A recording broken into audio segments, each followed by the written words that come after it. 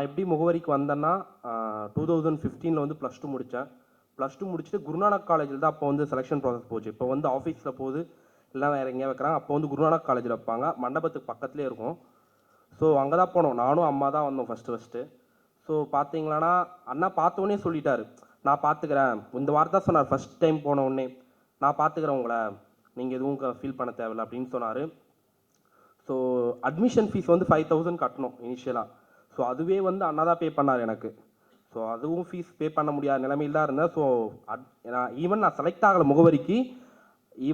Admission போயிட்டுருக்கு, நான் அண்ணா கால் பண்ண, அண்ணா வந்து நான் பார்த்துக்கிறேன்னு சொல்லிவிட்டு அண்ணா தான் ஃபீஸ் பே பண்ணார். அப்படி தான் நான் முகவரிக்கு வந்தேன். அப்புறம் தான் விதை டீம் அப்படிலாம் வந்துச்சு. ஸோ விதை டீமில் வந்து அண்ணா தான் வந்து சரி நீ பண்ணுறன்னு சொல்லிட்டு கோஆர்டினேட்டராக போட்டார். ஸோ அதில் வந்து விதை டீம் வந்து நல்லா ஆர்கனைஸ் பண்ணோம். அப்புறம் வந்து எனக்கு எல்லா இதுலேயுமே அண்ணா வந்து துணையாக இருந்திருக்காரு. நான் இப்போ ஒரு இடத்துல இருக்கேன்னா அதுக்கு காரணம் அண்ணா தான். ஈவன் வந்து எங்கள் ஃபேமிலி யாரும் சப்போர்ட் பண்ணல, அம்மா மட்டும்தான்.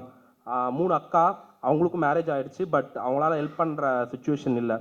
ஸோ ஃபுல்லாகவே அண்ணா தான் பார்த்துக்கிட்டாரு. 2015லேருந்து 19 வரைக்கும் ஃபுல் அண்ட் ஃபுல் வந்து அண்ணா தான். ஈவன் எக்ஸாம் ஃபீஸும் அண்ணா தான் பே பண்ணுவார். அது வெறும் 1300 தான், பட் அப்போ என்னால் அது கூட பே பண்ண முடியாது. ஸோ அதுவுமே அண்ணா தான் பே பண்ணார்.